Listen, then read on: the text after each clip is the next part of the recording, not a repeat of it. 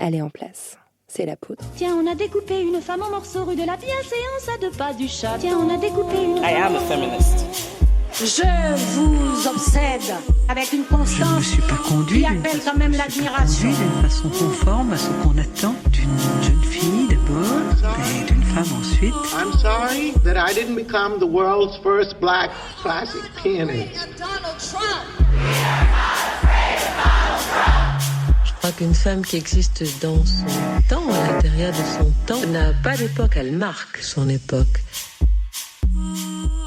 Bienvenue dans La Poudre, une conversation intime, profonde, avec des femmes artistes, activistes, politiques, des femmes inspirantes, des femmes puissantes.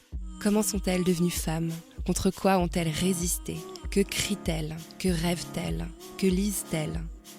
Je suis Lorraine Bastide et vous écoutez l'épisode bonus Cervix. On ne demande pas l'autorisation à une patiente de couper son vagin. C'est drôle, parce qu'à l'heure de mettre dans vos oreilles cette émission sur les maltraitances obstétricales, je suis tentée de vous faire une mise en garde. Je suis tentée de vous dire de ne pas l'écouter si vous êtes enceinte ou comptez l'être un jour, parce que ça risque de vous faire un peu flipper. Pourtant, ça serait dommage, parce que c'est justement cette ignorance dans laquelle les femmes sont tenues sur leur propre corps qui crée le terrain favorable à ces maltraitances. Lorsque Cervix, le think tank de la Sorbonne, m'a proposé de prendre part à une soirée Cervix autour du thème du corps des femmes, j'ai tout de suite proposé cette émission. J'avais envie de recevoir des pionnières de la lutte contre les maltraitances gynécologiques. Marie-Hélène Lahaye, créatrice du blog Marie accouche là et autrice d'un livre incontournable sur le sujet, Mounia El-Kotni, docteure en anthropologie, et Alexandra Mathias, sage-femme et cofondatrice du réseau Paye ton gynéco. Notre échange a été enregistré en public, dans un amphithéâtre, place du Panthéon, d'où le léger écho que je trouve assez joli, en fait. Il aurait pu durer 3 heures, tant le sujet est vaste, tant il mérite d'être étayé, nuancé, mis en perspective, creusé. Je glisse dans la description de l'épisode quelques liens ressources pour celles et ceux qui veulent aller plus loin, et je vous invite aussi à jeter un coup d'œil au livre que je vous recommande sur le site La Poudre lit. Une dernière chose, je tiens à rappeler qu'ici, l'idée n'est pas de condamner dans leur ensemble tous les membres du personnel soignant, ni de jeter l'opprobre sur toute une profession.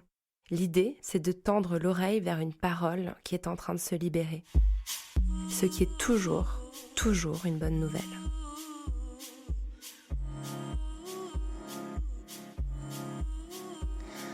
Alors, en assumant parfaitement le mauvais jeu de mots, l'émission que nous enregistrons ce soir à la Sorbonne, sur l'invitation de Cervix, était en gestation depuis longtemps. Dans chaque épisode de La Poudre, je pose cette question : comment vous entendez-vous avec votre utérus ? Quand je l'ai écrit pour la première fois, c'était pour entendre des récits de césariennes en urgence, d'IVG et d'endométriose. Je pensais convoquer des souvenirs plus ou moins heureux d'accouchement ou d'actes gynécologiques. J'étais, je pense, influencée en cela par mes propres expériences traumatisantes en la matière. J'ai mis du temps à les appeler traumatisantes. J'ai mis du temps à comprendre que cela n'était pas normal d'avoir vécu cela. Et je l'ai compris grâce au travail de militantes qui s'attachent à nommer cette série d'actes d'infantilisation, d'humiliation, de mépris, parfois de violence, vécus dans les cabinets de gynécologie et sur les tables des maternités. Leur nom, donc, c'est maltraitance gynécologique. J'emploie le mot maltraitance, que j'emprunte au livre de Mélanie Deschalotte, Le Léonard de la gynécologie, que je vous recommande, qui m'a servi de support pour préparer la discussion de ce soir. Parce que le mot violence, comme le souligne l'autrice, est lui-même un peu violent pour le personnel soignant. Et le mot maltraitance invite à réfléchir à ce que pourrait être une bientraitance.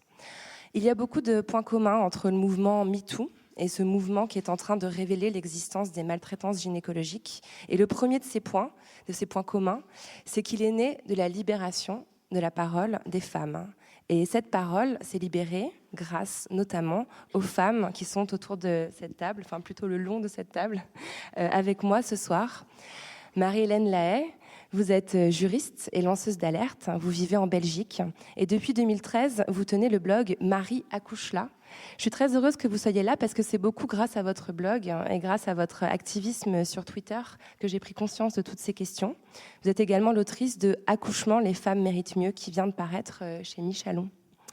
À vos côtés se trouve Mounia El-Kotni. Vous êtes docteur en anthropologie, vous êtes spécialiste de l'anthropologie médicale et de la santé et vous avez écrit une thèse sur les politiques de la naissance au Mexique. Et enfin, à mes côtés se trouve Alexandra Mathias. Vous êtes sage-femme. Vous avez quitté les maternités il y a quelques années pour vous installer en libérale, en indépendante. Et vous avez fondé avec toute une équipe la page Paye ton gynéco, qui recense de nombreux témoignages de maltraitance gynécologique ou obstétricale. Merci à toutes d'être là ce soir. Alors, Marie-Hélène Lahaye, je vais vous donner la parole en premier, si vous voulez vous saisir du micro. Vous dites que vous cherchez à faire de l'accouchement une question féministe. Pourquoi ça n'était pas le cas jusqu'alors ? Alors oui, donc moi, ce qui m'a motivée en lançant mon blog Marie accouche là en 2013, c'était une discussion avec un politicien belge assez connu. Enfin, on s'entendait bien. Lui était tout à fait convaincu des questions de naissance. Sa femme avait accouché à la maison, etc. Et je lui demande, tiens, au fait, est-ce qu'il y a des revendications dans le parti ? Est-ce que est-ce que c'est posé en termes politiques ? Il me répond, oh, ne m'en parle pas. J'arrive pas à avancer sur quoi que ce soit à cause des féministes. Et moi, je le regarde, et puis il me dit « Oui, les féministes pensent que je veux le retour dans l'accouchement dans la douleur, que je veux culpabiliser les femmes, etc. etc. » Et moi, qui suis féministe depuis longtemps, je me dis « Mais c'est quand même bizarre, parce qu'intuitivement, j'avais l'impression que respecter les femmes quand elles accouchent, c'était quelque chose de féministe. » Donc je rentre à la maison, je commence à chercher dans toute ma littérature féministe ce que les féministes ont vraiment dit. Et là, après un petit peu de recherche, je me rends compte qu'elles n'ont à peu près rien dit. Et je me suis dit « Tiens, voilà une question féministe. » Et c'est comme ça que j'ai l'idée d'ouvrir mon blog en me disant c'est facile un blog parce que c'est un petit texte, c'est quelques paragraphes, on pose une idée, on teste, etc. Et puis, très vite, je me suis rendu compte que mes billets étaient énormément partagés sur les réseaux sociaux. Et puis j'ai reçu beaucoup de témoignages de femmes. Et du coup, ça m'a encouragée à continuer à chercher plus loin. Donc c'est vrai que le mouvement féministe a un peu ignoré la question de l'accouchement. Vous l'expliquez très bien dans votre livre. D'abord, c'est plutôt les questions de droit, les questions d'existence dans la société qui sont traitées par la première vague. Ensuite, on est plus sur les questions d'avortement et de contraception. Donc en fait, c'est comme si c'était seulement maintenant que cette parole pouvait émerger. Et j'ai l'impression qu'il y a un autre, ce point commun avec MeToo qui moi me frappe beaucoup, c'est que c'est la fin de la loi du silence. Et Alexandra, je voulais me tourner vers vous. J'ai passé beaucoup de temps hier soir à lire le Tumblr Paye ton gynéco. Ça fait en fait pleurer. Enfin, moi, il y a des témoignages qui m'ont saisi aux tripes. Est-ce que vous savez quel effet ça peut avoir pour ces femmes de livrer ce vécu ? En fait, ça leur permet vraiment de libérer leurs paroles, de mettre des mots sur leurs ressentis. Et c'est ce qu'elles nous disent dans leur témoignage. C'est vraiment qu'elles se sentent comprises et soutenues et que du coup elles trouvent un peu le courage d'aller affronter ce qui les dérange vraiment en elles et ces traumatismes qu'elles ont pu vivre et du coup voilà, ça libère vraiment cette parole par rapport à toutes ces violences qu'elles peuvent vivre en fin de compte. Il y a aussi, je pense, un sentiment de communauté qui se crée au sein de la page. On a le sentiment qu'il y a beaucoup de commentaires, beaucoup de réponses en fait, qui sont apportées aux témoignages. Oui, elles trouvent, les femmes qui témoignent trouvent vraiment du soutien dans cette page. En fin de compte, elles se sentent plus seules. Elles se rendent compte qu'il y a d'autres femmes qui vivent ou qui ont vécu la même chose qu'elles. Et du coup, elles se sentent vraiment comprises en fin de compte. Et plus seules chez elles, à gamberger sur leur vécu. Est-ce que c'est normal ? Est-ce que c'est pas normal ? Et elles en parlent des fois un petit peu autour d'elles, dans la famille, aux amis. Mais finalement, les gens, souvent, la plupart des gens disent c'est normal, tu sais, c'est des professionnels, ils savent ce qu'ils font. S'ils ont fait ça, c'est que c'était ce qu'il fallait faire. T'étais fatiguée, donc du coup tu l'as pas bien pris, ou ce genre de choses en fin de compte. Et en fait, elles se rendent compte en témoignant que non, c'est pas normal. Et du coup, voilà. Moi, ça m'a fait penser à cette chose qu'on entend en fait quasiment toute notre vie dans le langage quotidien. Quand on a accouché, surtout on parle pas, tu risques de dégoûter les autres femmes. Il y a une espèce de loi du silence, un peu comme une injonction pour les femmes à rester dans l'ignorance de ce qui se passe vraiment quand on accouche. Et je me tourne vers l'anthropologue. Est-ce que ça vous paraît quelque chose de juste, cette idée-là de maintien des femmes dans l'ignorance de l'accouchement, Mounia El-Kotni? C'est assez difficile quand quelqu'un nous annonce sa grossesse, on n'a pas envie de lui parler des choses horribles qui nous sont arrivées ou de se remémorer aussi. Donc effectivement, ça contribue à alimenter ce tabou. Il y a un tabou sur qu'est-ce qui se passe dans les hôpitaux, qu'est-ce qui se passe pendant un accouchement.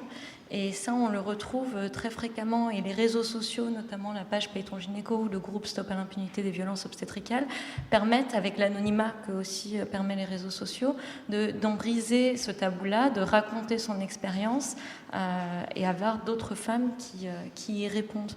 Donc c'est vrai que c'est entretenu par les femmes aussi, ce secret, parce qu'il n'y a pas d'espace. Il n'y avait pas jusqu'alors d'espace pour parler de ce qui nous était arrivé, ce qui leur était arrivé. J'ai l'impression que c'est aussi un des outils utilisés par, disons, comment ne pas généraliser certains médecins ou certains gynécologues, le côté vous ne savez pas. Marie-Hélène Lahaye, vous en parlez régulièrement dans vos posts. Oui, effectivement, pour les médecins, donc en fait c'est une volonté politique claire dès les années 50-60, au moment de la généralisation des accouchements à l'hôpital. On a dit aux femmes, n'écoutez plus vos mères, n'écoutez plus vos grands-mères, n'écoutez plus vos tantes, vos sœurs, etc. Elles vont vous perturber, elles vont vous dire n'importe quoi. N'écoutez qu'une seule personne, le médecin. Et donc ça a été matraqué sur 2 générations de femmes qui effectivement se sont soumises aux médecins, l'ont imaginé comme étant la personne de référence. Et aujourd'hui, on se rend compte qu'on est vraiment dans une sorte d'impasse, parce que ces médecins ne sont pas nécessairement les plus outillés pour donner toute une série d'informations que les femmes souhaitent recevoir, et en plus utilisent effectivement ce savoir comme une monnaie d'échange. Oui, il faut être clair avec eux, on paye un médecin pour qu'il nous donne des informations, et on se sent quelque part très illégitime en tant que femme de parler à une autre femme. Moi, ce qui me frappe aussi depuis que je tiens mon blog et depuis que je sors mon livre, c'est le nombre de gens qui me disent « mais comment vous osez parler de ça? Vous n'êtes pas médecin ». Comme si seuls les médecins pouvaient parler d'accouchement. Voilà, donc c'est quand même assez élémentaire. Donc moi je réponds simplement, mais pourquoi les femmes ont-elles besoin d'un médecin pour décider ce qu'elles font de leur corps? C'est assez évident, mais c'est tellement profond dans la société que c'est compliqué d'aller casser ce mythe. Et je trouve que ce qui est intéressant, c'est qu'il y a quand même un changement. Donc au début, c'était toutes les femmes, tout le monde me disait ça, et aujourd'hui, c'est surtout les hommes qui disent ça. Donc dans les réactions de femmes, la plupart des femmes maintenant commencent à comprendre les enjeux. Et donc j'ai très peu de réactions négatives de femmes, mais beaucoup d'hommes se sentent toujours un petit peu décontenancés par l'idée qu'une femme puisse en savoir plus qu'un médecin et qu'elle ne se soumette pas au médecin. Voilà. Mounia El-Kotni, vous voulez compléter ? Sur le savoir corporel qu'ont les femmes sur leurs propres expériences, effectivement, il y a eu un changement historique où on est passé d'un accouchement majoritairement à domicile entre femmes, où c'est encore le cas là où je travaille au Mexique. Quand on a 14 ans, on a déjà accompagné l'accouchement de sa mère, de sa tante. On voit passer des nouveau-nés, des placentas. Enfin, ça fait partie d'une culture familiale où on déplace l'accouchement qui se retrouve à l'hôpital, où la femme est seule, ou au mieux il y a une personne qui peut l'accompagner, et là on se soumet au corps médical, et il y a une dépossession des savoirs corporels pour faire confiance au savoir médical et à la technologie. Donc on se repose sur la technologie, et les savoirs des femmes, que ce soit l'envie de pousser ou de marcher ou de se retourner, passent au second plan. D'ailleurs, quelque chose qui est très bien décrit dans votre livre notamment, c'est cette histoire de position, en fait. La position dans laquelle on fait accoucher les femmes, déjà c'est quelque chose qui est assez récent, qui est apparu je crois au XVIIe siècle, au XVIIIe siècle, et qui s'est généralisé par la suite. Mais c'est une position qui a été pensée pour que ce soit pratique pour le médecin et pas pour la femme qui accouche. Mais oui, parce que qu'est-ce qui se passe si toute autre position spontanée, enfin que toute femme prendrait spontanément si elle n'était pas influencée par cette injonction à se coucher sur le dos, c'est une position plus verticale. Enfin déjà, elle bougerait, elle marcherait, elle se leverait, enfin elle trouverait une position spontanément plus agréable.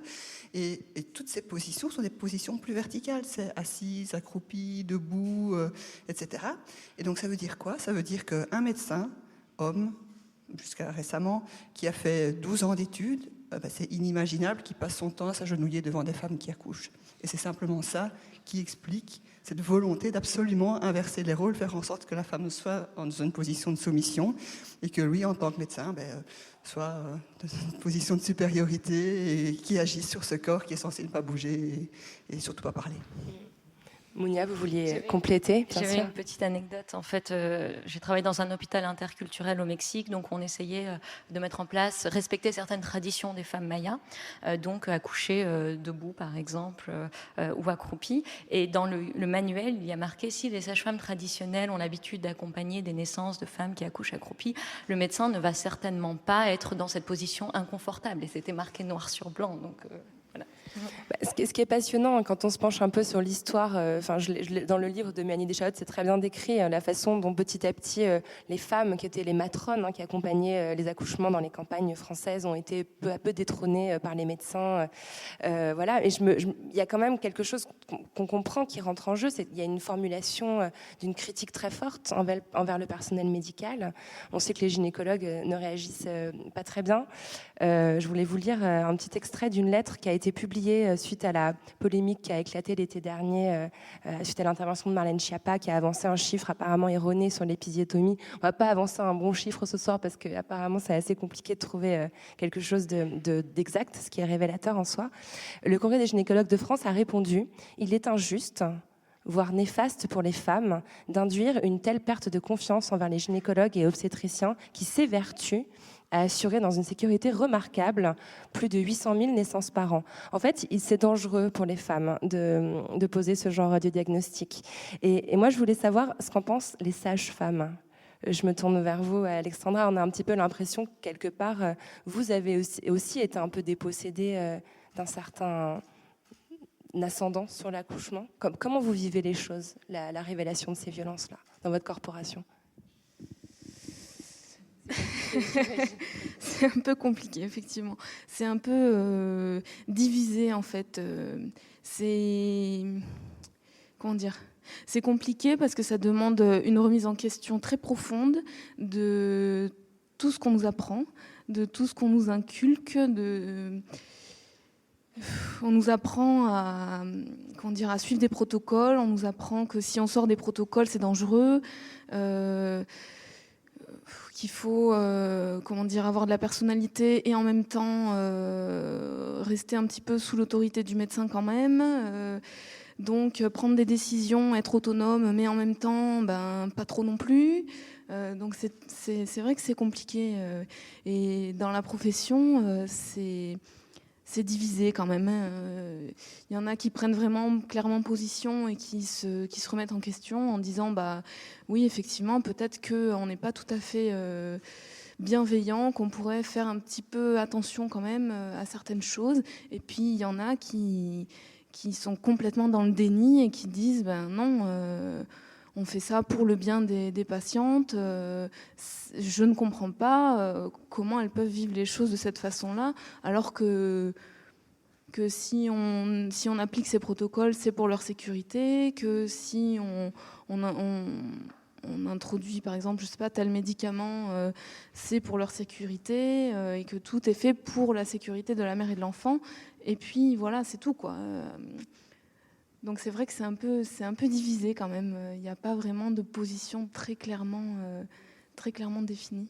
Il y a la mienne, mais...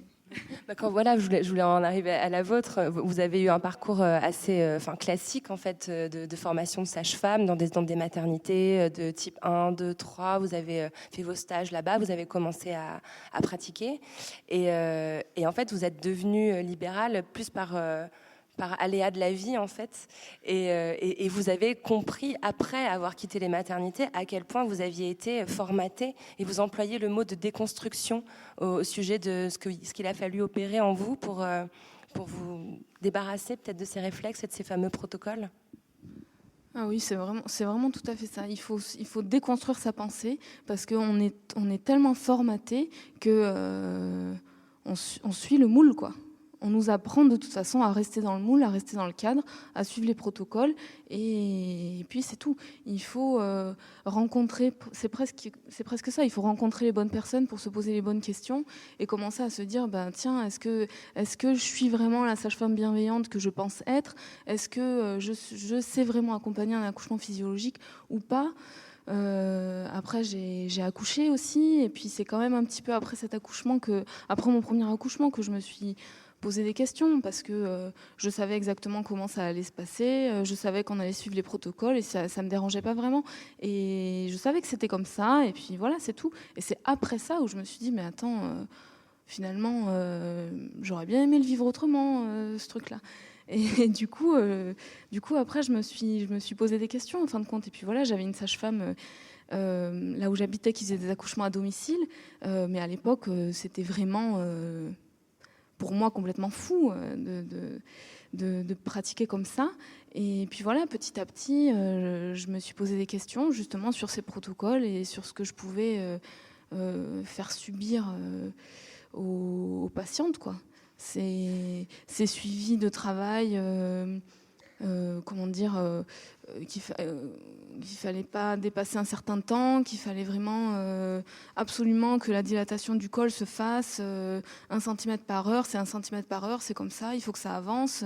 Si ça met 2 heures, c'est trop long. On peut éventuellement dépasser, mais il faut demander au médecin si c'est OK ou si c'est pas OK. Enfin, c'est un peu... Et puis, au sujet, par exemple, des épisiotomies, jamais, au grand jamais, il fallait... Enfin, on nous apprend pas du tout on demande pas l'autorisation à une patiente de couper son vagin, quoi. Vraiment, c'est complètement aberrant, en fait, dans la formation, parce que c'est... comment dire ?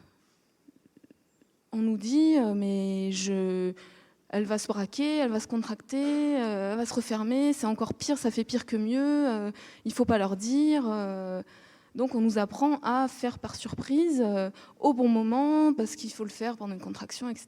Mais bref, mais absolument sans le consentement de la patiente, quoi. Et puis voilà, et puis un jour j'ai une patiente, là il n'y a pas très très longtemps, il y a quelques mois, qui m'a dit, donc on parlait de l'épisiotomie, et elle me dit, mais de toute façon, ils vont me prévenir. Et là j'ai compris que non, en fait, qu'ils n'allaient pas la prévenir. Et qu'effectivement, en fait, on ne prévenait pas les patientes. Et du coup, cette dame m'a dit, mais de toute façon, s'il m'explique qu'il y en a besoin, qu'il y a des situations où c'est nécessaire, que, je sais pas, moi, il faut accélérer la sortie du bébé, etc., je vais évidemment pas dire non et ne pas leur dire, non, laissez mon bébé coincé et tant pis. Donc, effectivement, je me suis dit, oui, elle a raison. Donc, j'étais déjà quand même convaincue, mais là, c'était tellement bien formulé par cette dame que du coup ça a fini de me convaincre. Mais donc c'est toute une déconstruction, parce que vraiment on nous apprend pas du tout à ça, quoi. On nous apprend pas du tout à demander le consentement des gens. Vous employez le mot de consentement, et c'est un mot qui est très important. Marie-Hélène Lahaye, vous êtes juriste à l'origine, et vous faites partie des personnes qui ont vraiment conceptualisé sur le plan du droit cette notion de violence gynécologique, et la notion de consentement est centrale dans cette histoire.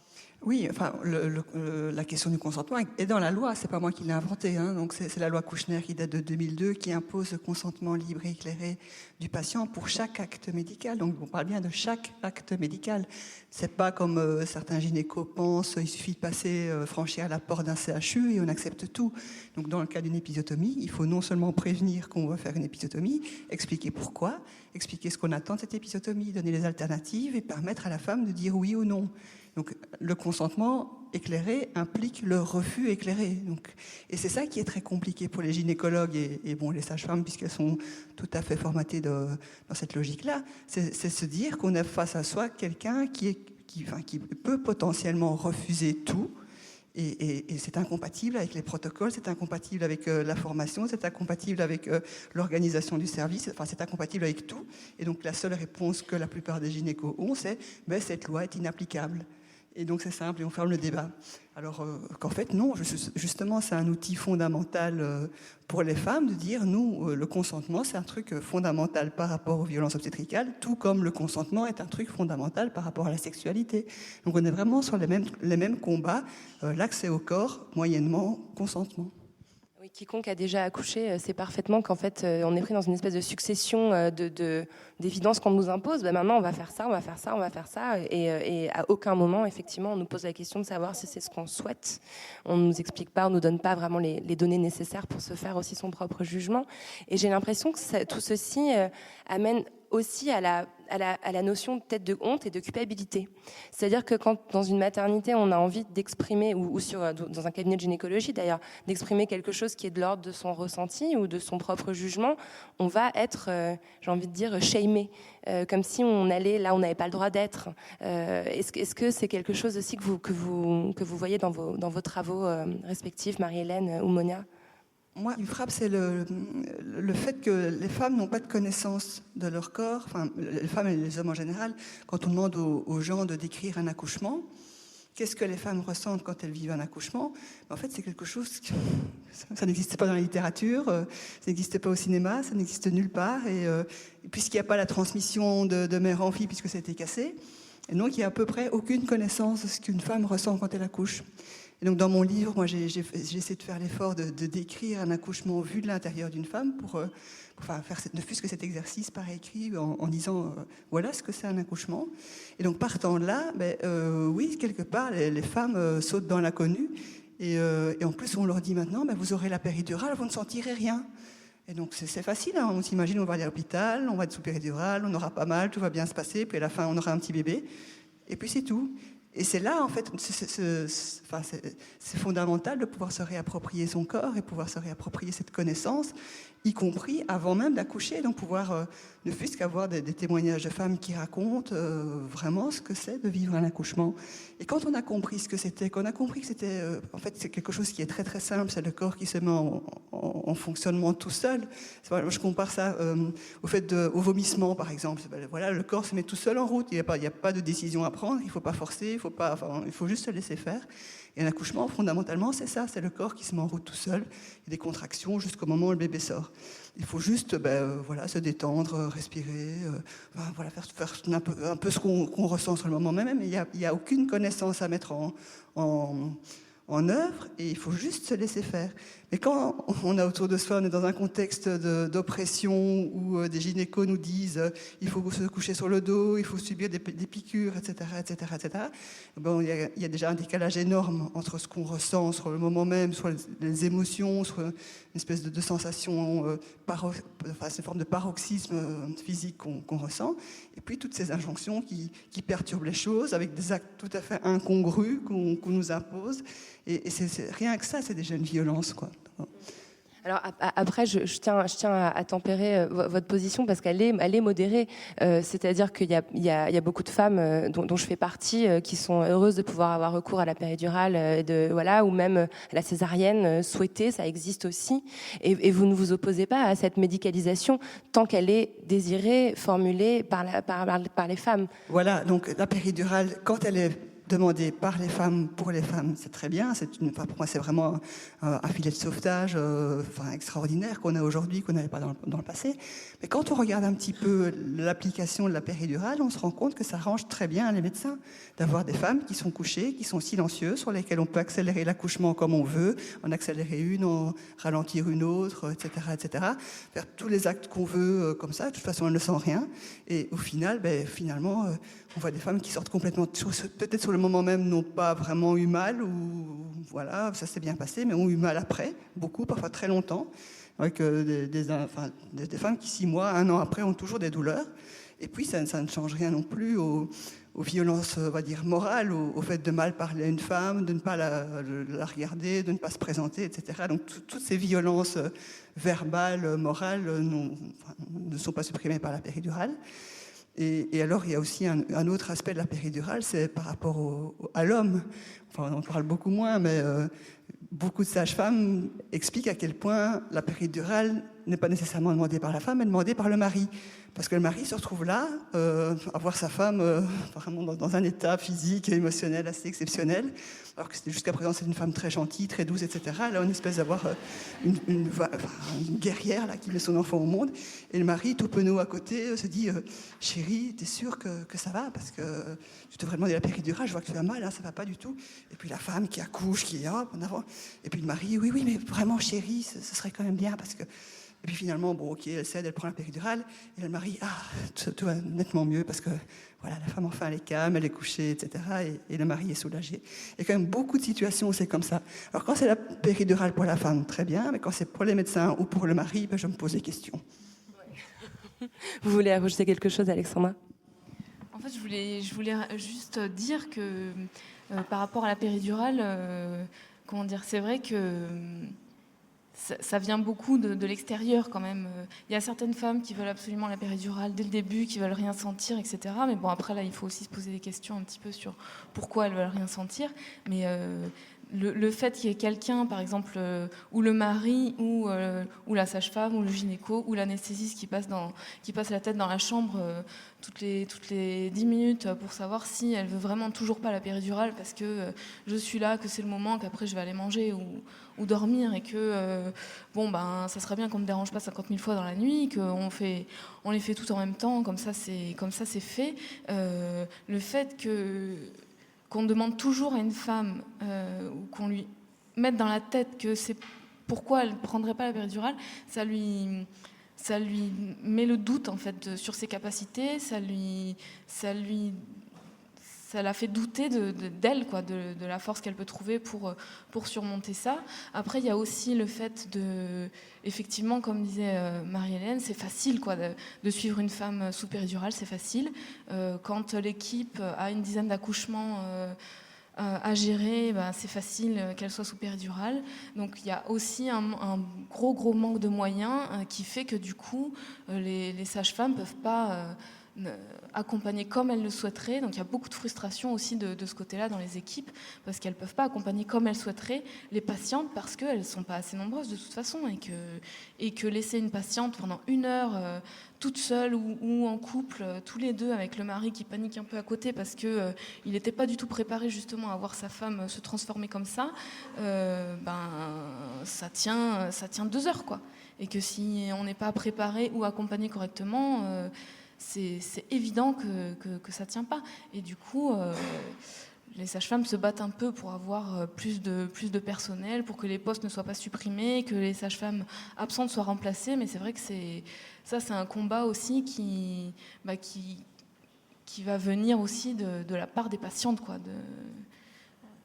de demander un meilleur suivi et donc plus de personnel, etc. Mounia El-Khodni voulait compléter. Oui, dans les témoignages de femmes qu'on peut lire sur les réseaux sociaux, il y a exactement ce que tu disais, que à ce moment-là, si on m'avait apporté un soutien, si on m'avait dit vas-y, là tu peux y arriver, il reste pas beaucoup de temps, je l'aurais fait, mais j'étais désemparée, mais je ne savais pas. Et donc ce que disait aussi Marie-Hélène, c'est que comme partout, et dans les salles d'accouchement, il n'y a pas d'exception, le savoir c'est le pouvoir. Si on ne connaît pas comment nous-mêmes va fonctionner le corps des personnes qui accouchent, si on n'est pas formé, on ne sait pas. Et donc, forcément, on prend les options qu'on nous propose pour soulager la douleur, pour se rassurer.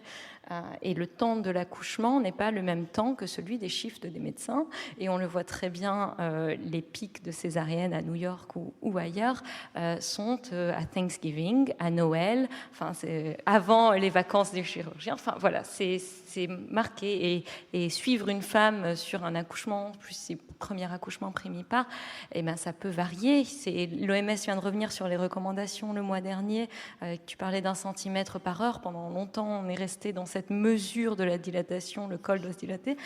Enfin, on dit, en fait, les femmes, chaque accouchement est différent. Chaque accouchement est unique. C'est dingue. Et donc, la règle de 1 centimètre par heure, en fait, c'était une approximation. Voilà. Bon, sachant que l'OMS dit quand même depuis 1996 que l'épisiotomie ne devrait pas être automatique et que voilà, on est encore loin du compte, ça prendra du temps à entrer dans les pratiques. Il y a aussi un autre aspect dont on parle plus rarement, mais que pour avoir vécu personnellement, qui m'a beaucoup marqué, c'est l'histoire d'accélération aussi de l'accouchement. Ça, il y a quand même tout un tas de pratiques plus ou moins heureuses qui ont été mises en place pour que les femmes accouchent plus vite. Alors, il y a souvent des raisons qui sont, c'est parce que le bébé est potentiellement en détresse, mais ça peut être aussi des raisons purement techniques d'organisation au sein de l'hôpital. Oui, ben oui. Ce principe de 1 cm par heure, en fait, c'est assez délirant parce qu'il y a très peu de femmes qui vont aussi vite pour accoucher. Donc c'est déjà une accélération de toutes les femmes. Alors la technique, c'était assez simple. On met les femmes sous péridurale, comme ça on peut tout faire. Et puis on injecte de l'ocytocine, donc de l'hormone de synthèse, pour accélérer les contractions. Et donc voilà, c'est souvent lié, c'est le tandem péridurale. Avec ou sans péridurale, hein. Alors oui, sans péridurale, c'est intenable parce que la contraction, là il faut la péridurale, c'est forcément. Et donc ça permet vraiment de doser comme ça. Donc les sages-femmes qui passent d'une chambre à l'autre, un petit peu accélérer celle-là, un petit peu ralentir celle-là. Donc c'est ça leur boulot, quoi. Donc c'est assez problématique. Et alors, avec toutes ces normes de 1 cm par heure, et puis arrive le moment de l'expulsion, où là aussi c'est minuté, c'est selon évidemment chaque gynécologue, c'est un quart d'heure, 20 minutes, une demi-heure, 40 minutes dans certains cas exceptionnels. Et donc là aussi, il faut vraiment, c'est au moment où tout le monde arrive autour de la femme et on dit à la femme poussez, poussez, poussez. Donc là, c'est encore plus barbare parce qu'il faut trouver une façon d'accélérer les choses pendant cette phase d'expulsion. Et donc on a toute la panoplie de tortures qui sont tout à fait contraires à l'OMS, aux recommandations, etc., mais qui sont quand même appliquées, genre l'expression abdominale. Donc on a une sage-femme qui monte sur le ventre de la femme et qui s'appuie sous son poids pour expulser le bébé. On a des épisiotomies, ça permet de gagner 5 à 10 minutes, donc hop, on coupe et ça va plus vite. Enfin voilà, ou le forceps, ou la spatule, et puis ça va, si ça traîne encore un peu trop, hop, on fait une césarienne et puis c'est réglé. Voilà. Et donc voilà, c'est vraiment cet enjeu d'accélérer à toute vitesse. Et on voit que ces accélérations ont vraiment lieu en plus quand il y a une autre femme qui arrive au même stade dans la salle à côté ou au moment du changement de service. Là aussi, on accélère un peu tout le monde pour permettre à l'équipe qui arrive juste après d'être un peu plus cool au moment où elle commence et pas avoir comme ça 3 femmes sur le point de mettre leur enfant au monde alors qu'il suffirait d'un petit peu accélérer les choses.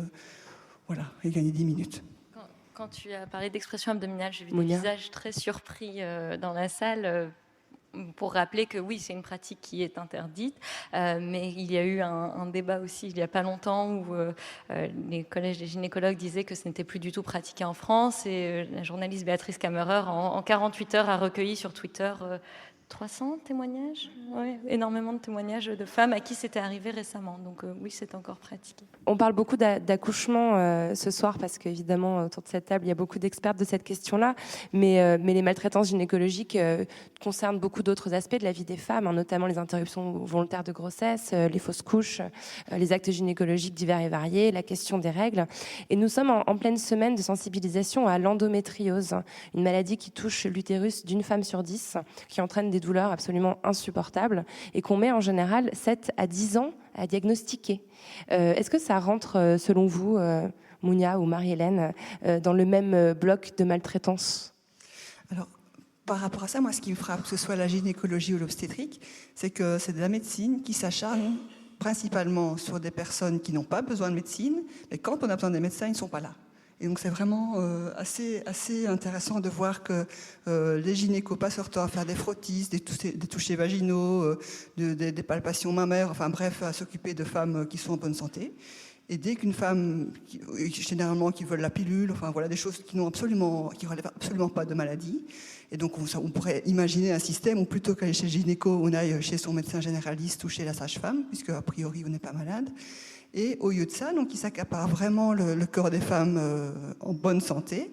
Mais quand une femme est malade, quand il y a une bonne raison d'aller chez le gynécologue, et bien le gynécologue est quelque part aux abonnés absents, parce qu'il est dans tous ces schémas de toute façon, les règles, ça fait mal, c'est dans votre tête. Et donc, vous êtes douillette, madame. Voilà, vous prenez une bouillotte, enfin des trucs un peu de ce style-là. De toute façon, les femmes sont un peu hystériques, elles ont vraiment toutes ces représentations-là.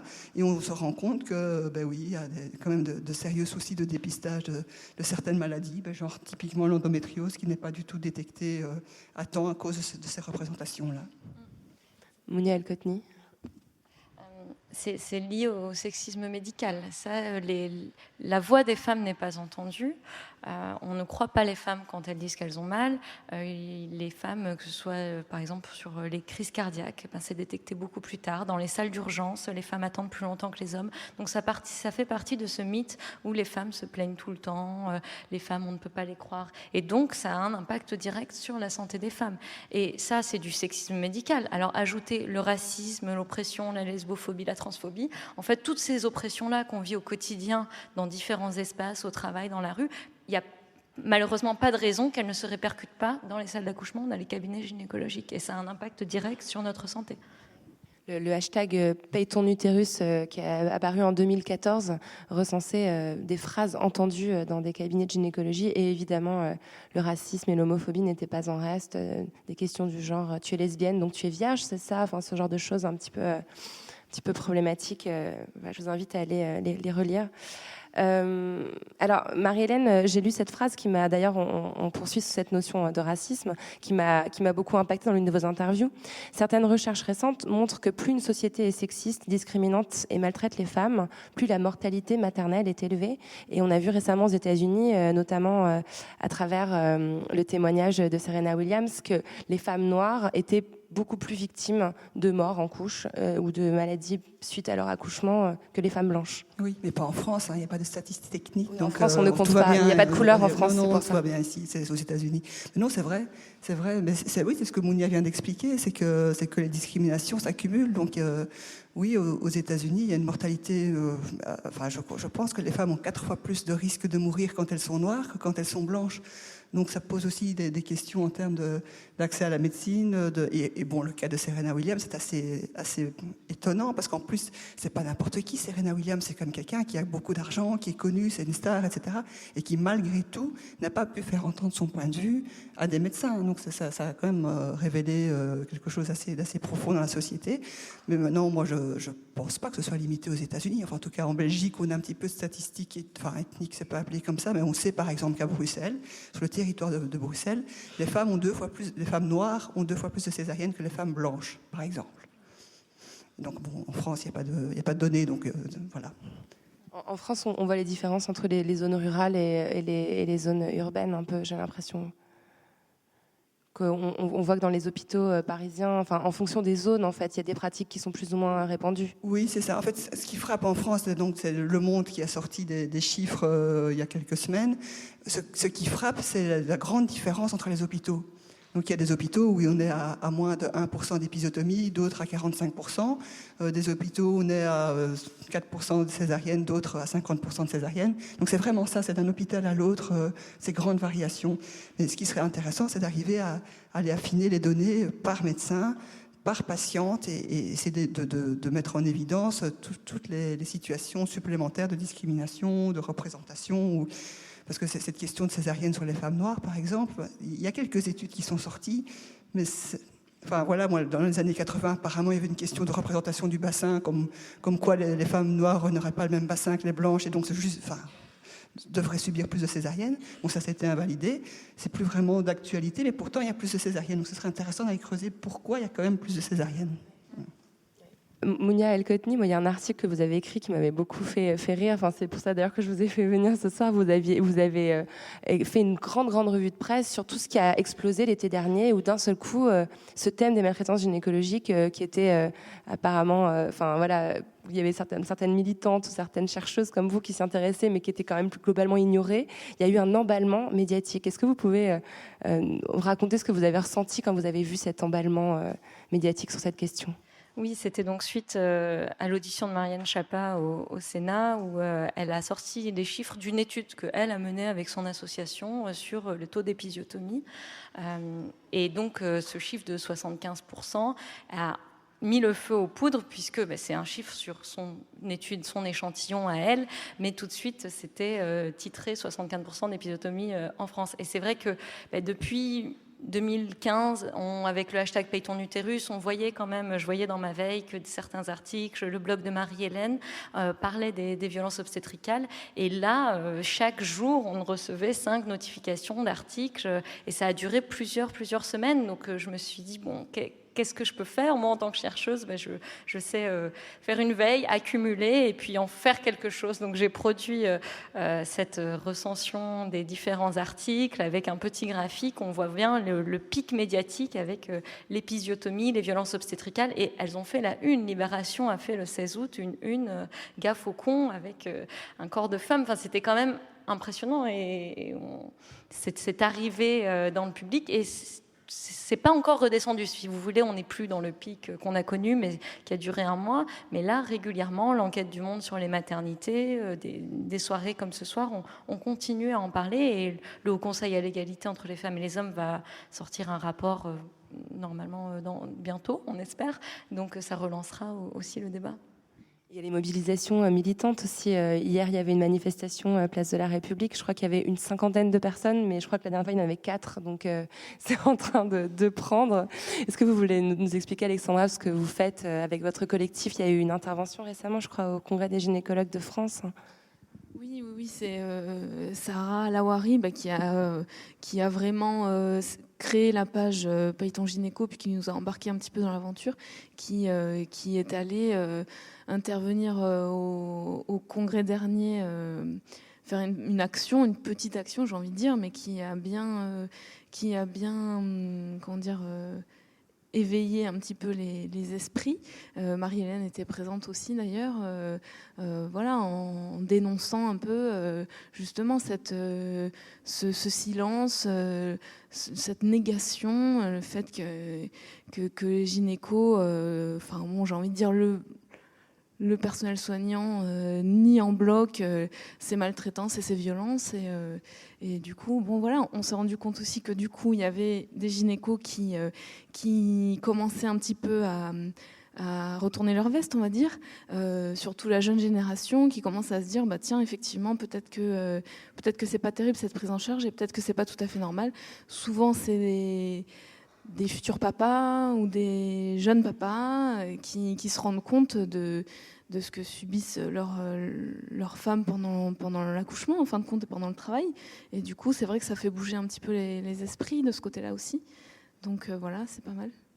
Et puis c'est vrai que par rapport à l'essoufflement du mouvement, bah, effectivement, nous, on recense encore un petit peu moins qu'au début quand même. Ça fait 1 an là que la page elle est ouverte, mais on reçoit presque tous les jours des témoignages et ça s'essouffle pas vraiment, quoi. Donc vraiment, il y a encore des choses à dire et bon, c'est que le début, j'espère.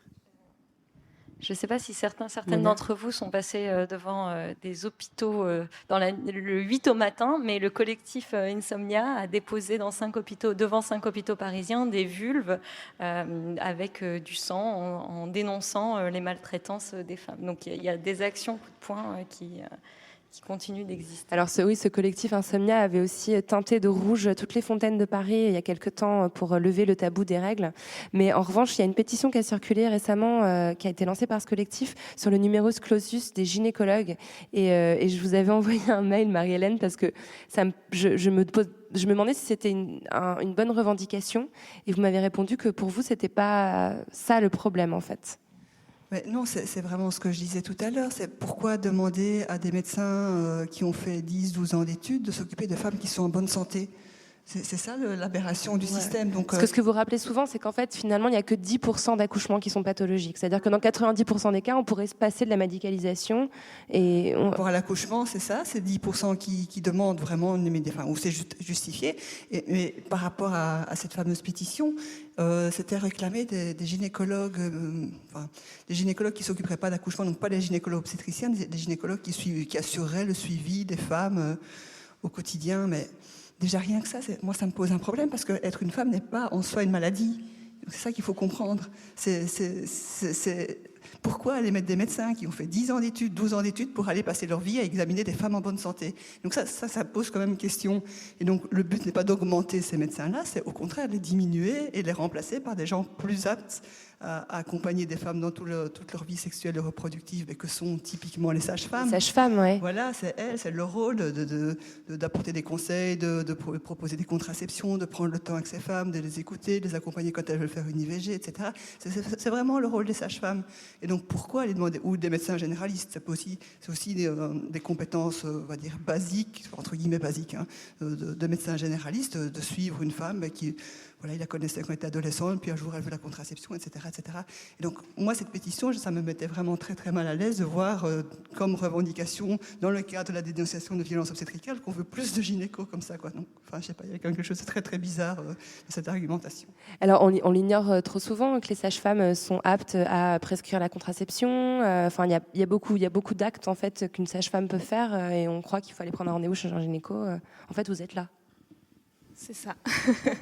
C'est ça. En fait, les sages-femmes, elles sont vraiment formées au suivi physiologique des femmes, en fin de compte. Et on essaye de demander que les sages-femmes soient en premier lieu de la consultation gynéco, comme ça a été fait par exemple dans le parcours de soins. Il faut aller voir son médecin généraliste avant d'aller voir tel ou tel spécialiste. On essaye de demander que les sages-femmes soient les premiers intervenants dans le suivi gynéco. C'est-à-dire que si ça va bien, c'est la sage-femme qui continue à faire le suivi.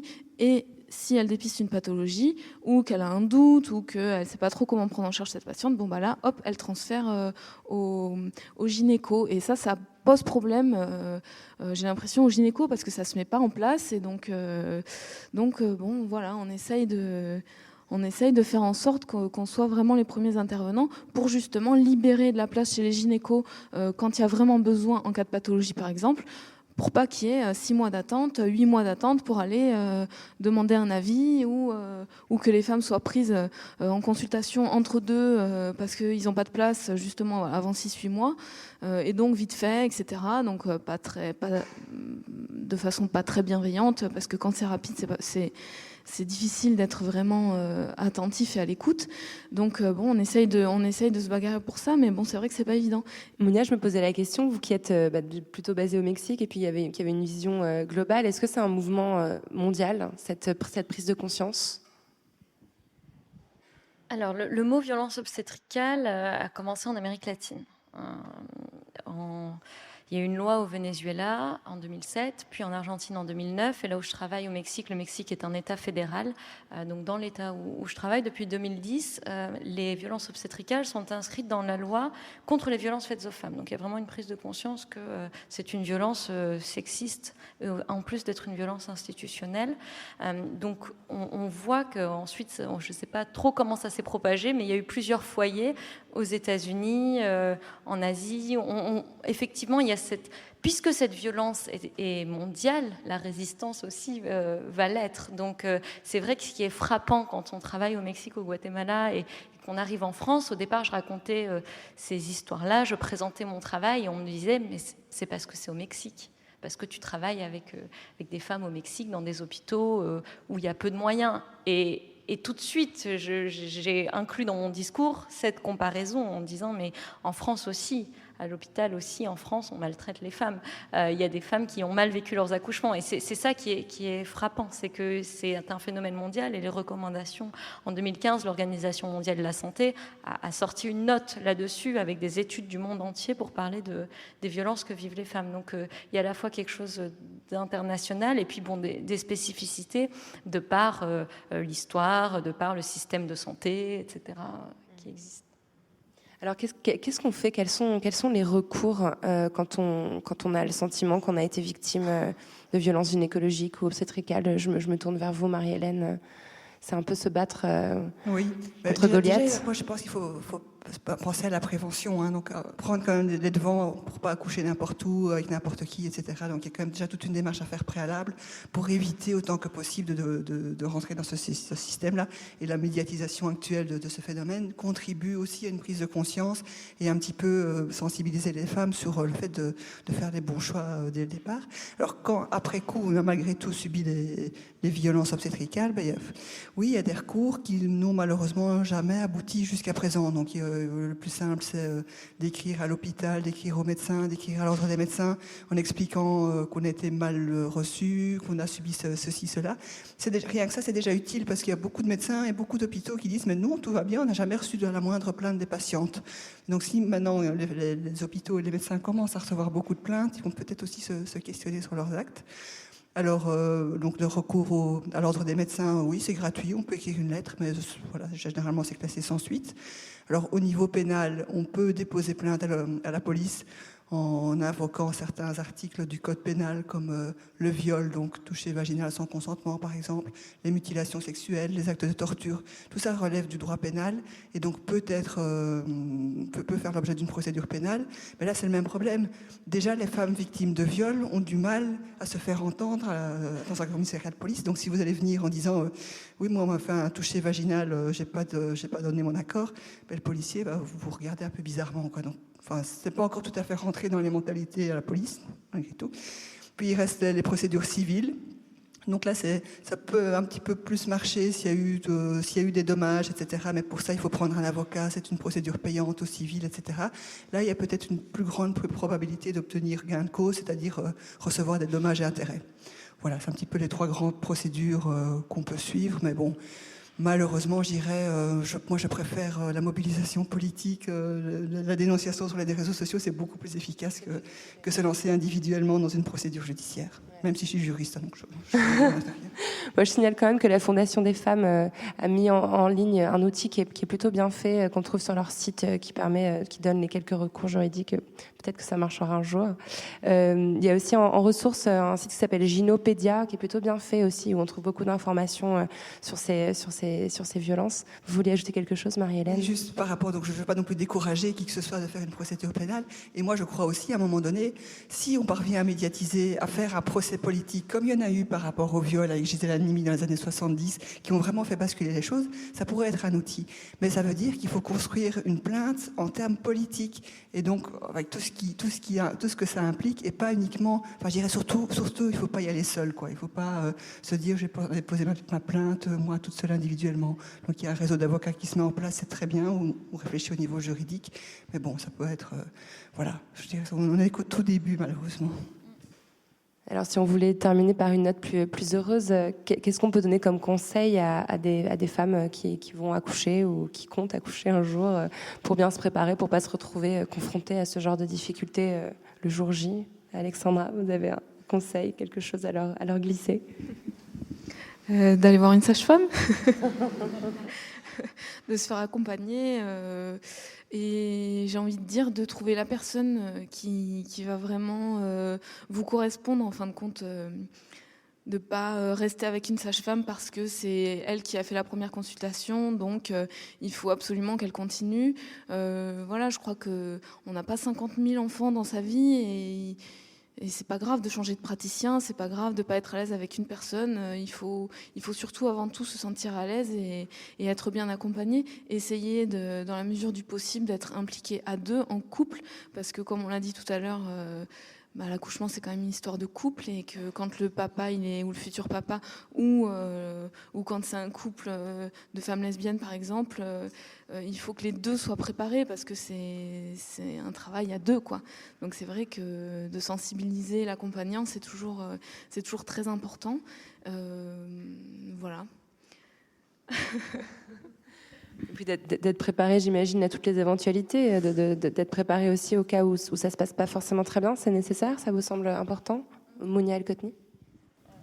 Oui, effectivement, il y a l'accouchement qu'on imagine et puis il faut se préparer aussi à ce que ça se passe différemment et c'est pour ça que c'est important, par exemple, des femmes qui voulaient absolument accoucher à domicile, se préparer éventuellement parce que ça peut être aussi un choc de se dire en fait je ne voulais tellement pas aller à l'hôpital et je m'y retrouve que je suis désemparée ou vice-versa, je pensais accoucher à l'hôpital et puis au final il n'y a plus de petite maternité donc je suis dans le Cantal et il neige et je vais finir par accoucher chez moi, donc voilà, explorer les options et vraiment insister sur ce que tu disais, si le praticien ou la praticienne vous le ou la sentez pas, s'il y a quelque chose qui vous dérange, écoutez-vous et vous changez et il existe une ressource qui s'appelle Gynenco C'est un annuaire en ligne de soignants et de soignantes féministes.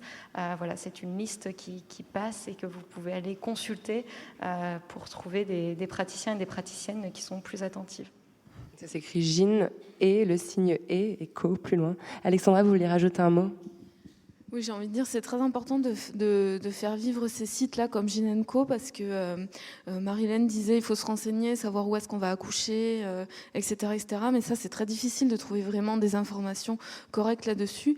Et souvent, les patientes nous demandent qu'est-ce qu'on pense de tel médecin, qu'est-ce qu'on pense de telle maternité. C'est impossible pour les sages-femmes de donner leur avis. C'est impossible. On n'a pas le droit déjà. C'est punissable par le Conseil de l'Ordre. Enfin, c'est antidéontologique. Et donc, c'est interdit. Ça pose problème parce que ça veut dire qu'on n'a pas le droit de dire telle personne est violente, telle personne est malveillant.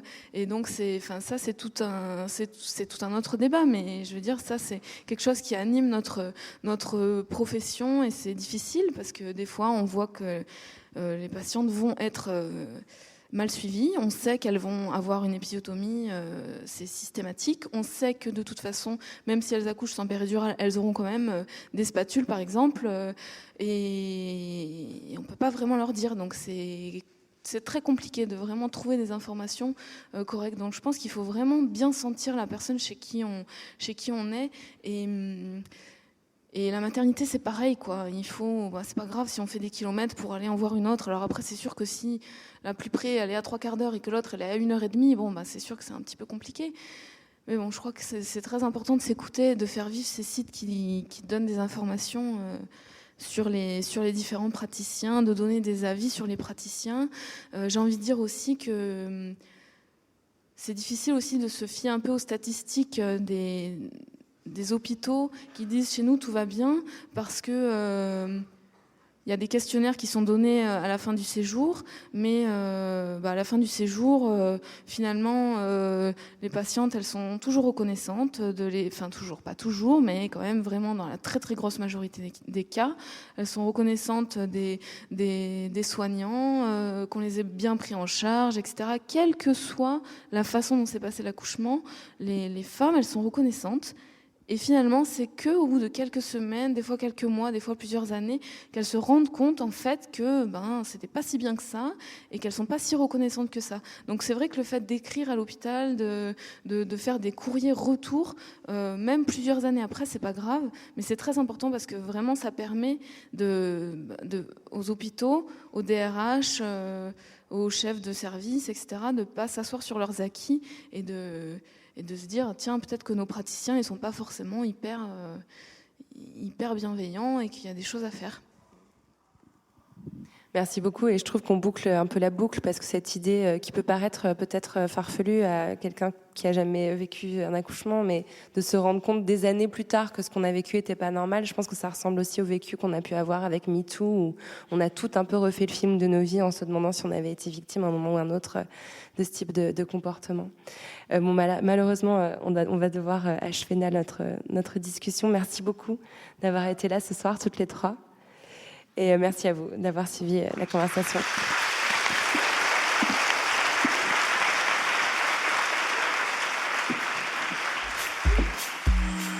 Merci à Marie-Hélène Lahaye, Mounia El-Kotni et Alexandra Mathias d'être venus faire parler La Poudre avec moi. La Poudre est une émission produite par Nouvelles Écoutes. Elle est réalisée par Aurore Meyer-Mailleux, avec à la préparation et à la prise de son Zisla Tortello. À la programmation, Laura Cuissard. Au mixage, Laurie Galigani. Le générique est un extrait de la chanson L'Appétit de Bonnie Banane, produite par Gauthier Visiose. Si vous aimez l'émission, le mieux est de nous le dire avec des étoiles, 5 de préférence, sur iTunes. N'oubliez pas de nous rejoindre sur les réseaux sociaux. La Poudre a sa propre page Facebook. Nous sommes aussi sur Twitter, La Poudre NE, et sur Instagram, La Poudre TV, où nous partageons toutes les recommandations culturelles de nos invités. Pour ne louper aucun épisode de La Poudre, n'oubliez pas de vous inscrire à notre newsletter sur le site de Nouvelles Écoutes. Cliquez sur La Poudre, l'occasion de découvrir tous les autres podcasts que nous produisons. À très vite et continuez de faire parler La Poudre.